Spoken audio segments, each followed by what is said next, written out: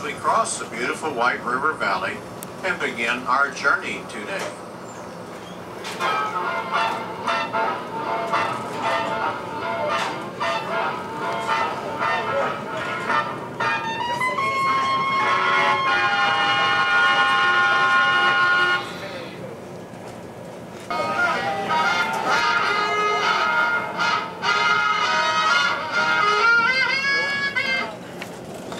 We're passing through the one and only town on our trip south today.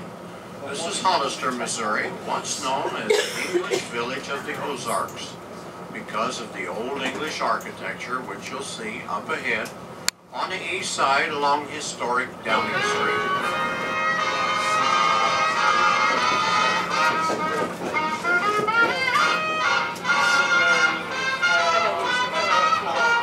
Several long, high wooden trestles. In fact, some of those railroad trestles were over 100 feet high. They created so many headaches and expenses for the men that had to maintain a right-of-way that in 1907, the Missouri Pacific began the long process of filling in these wooden trestles, creating the man-made earthen embankments that you're riding upon here this morning. It took many years to do this because, after all, there were 284 of those trestles over the 239 miles of track.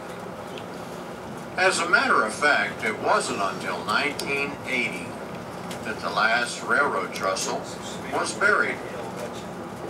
After adding a night shift, it still took nearly 2 years to complete the 3,485-foot-long Crest Tunnel. That's over 2/3 of a mile of solid rock and darkness.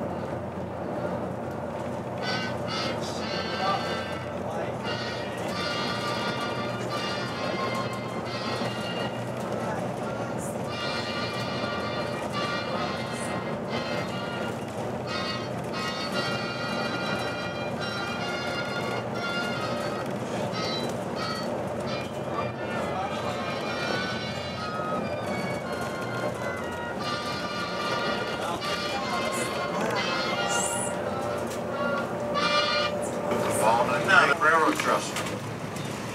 113 feet high above that little creek down there.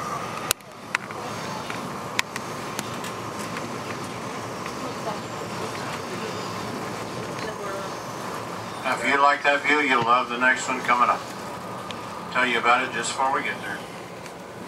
You are welcome to the Barren Fork branch. Good. And a beautiful Barren Fork trestle and a beautiful panoramic view of the Ozarks. Now we're coming to a stop here as this is our return point for this morning. Back to Branson. Right now, if you do me a favor, check your train ticket.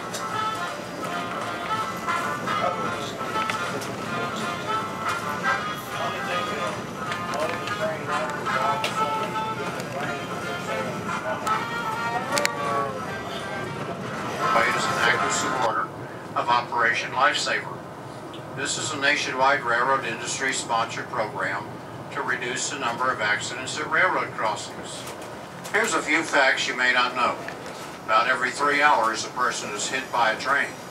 Did you know it takes nearly a mile to stop a 130-car train traveling at just 30 miles an hour?